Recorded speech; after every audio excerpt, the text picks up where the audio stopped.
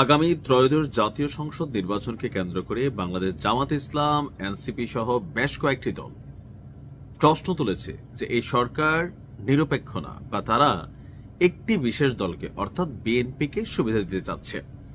তো এ নিয়ে ইউরোপীয় ইউনিয়নের মতন যেই সংগঠনগুলো আছে সেখানেও বিচার দেওয়া হয়েছে। এর মাঝখানে গতকালকে আমাদের প্রেস সচিব শফিক তিনি হঠাৎ করে বললেন যে এবারের নির্বাচনের ফলাফল আপনার জানাতে দেরি হবে। কেন? কারণ ভোট গণনা দেরি হবে। তো ভোট গণনা কেন দেরি হবে? অন্যান্য বছর বা এ পর্যন্ত বাংলাদেশের জাতীয় নির্বাচন যেটা হয়, জাতীয় সংসদ নির্বাচন, তো সেখানে আমরা তো সবসময় দেখছি যে নির্বাচনের 24 বা 36 ঘন্টার মধ্যেই, বেশিরভাগ সময় 24 ঘন্টার মধ্যে হয়ে যায়। তারপরেও ক্ষেত্র বিশেষে হয়তো 2-4 ঘন্টা এদিক সেদিক হয়েছে, অথবা এর আগেও সারা বাংলাদেশ থেকে নির্বাচনের ফলাফল চলে আসে যে কে কোন আসনে পাশ করেছেন। তো এইবার কেন? আসুন দেখি কেন। তবে এর সাথে সরকারের একক কোনো সম্পৃক্ততা নেই বলে, বা কোনো দলকে বিশেষ গোষ্ঠীকে সুবিধা দেওয়ার জন্য ভোট গণনায় দেরি করা হবে না বলে জানিয়েছেন। প্যাচটা হচ্ছে অন্য জায়গায়। আপনারা সকলেই জানেন যে এবার জাতীয় সংসদ নির্বাচনে মেইন ভোটের সাথে আরেকটা ভোট আছে, সেটা হচ্ছে গণভোট। হ্যাঁ ভোট, না ভোট।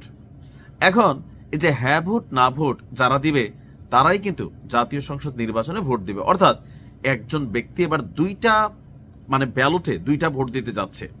তো সেই ক্ষেত্রে ভোটের সংখ্যা হয়ে যাচ্ছে কি দ্বিগুণ। অর্থাৎ অন্যান্য বছর যদি কথার কথা ধরেন বাংলাদেশে জাতীয় সংসদ নির্বাচন হয়েছে, তখন সেখানে যদি 10 কোটি ভোট পড়ছে, এবার পড়বে 20 কোটি। মানে একই ব্যক্তি 2টা ভোট দেওয়ায় ভোটের সংখ্যা বেড়ে যাবে।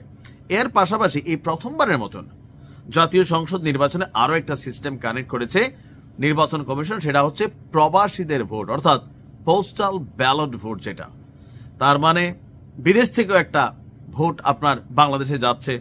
তো সব কিছু মিলিয়ে এই যে সবগুলা ভোট কাউন্ট করতে হবে পুঙ্খানুপুঙ্খভাবে, যেন কোথাও কোনো ভুল ত্রুটি না হয়। সো একের জায়গায় এটা হয়ে যাচ্ছে আড়াই। এই কারণে বললাম যে প্রবাসে হয়তো 1 থেকে 1.25 কোটি ভোট, আমি জানি না সবগুলা ভোট যাবে কিনা, তারপরে ধরে নিলাম 1 কোটি ভোট, আর দেশের ভেতরে থাকা জনগণের ভোট। তো সব মিলিয়া বিগত সময়গুলোর তুলনায় সরকারকে এবার 2.25 গুণ বা 2.5 গুণ বেশি ভোট কাউন্টিং করতে পারে। এতে সময়টা আপনার লম্বা হবে। আর সেই জন্যই প্রেস সচিব শফিক বলছেন যে এই বছর অনেক কিছু নতুন নতুন পদক্ষেপ নেওয়া হচ্ছে। আমরা চাচ্ছি যে খুব ভালোভাবে ভোট গণনা হোক, সেক্ষেত্রে কিছু বিলম্ব হতে পারে ভোট গণনায়।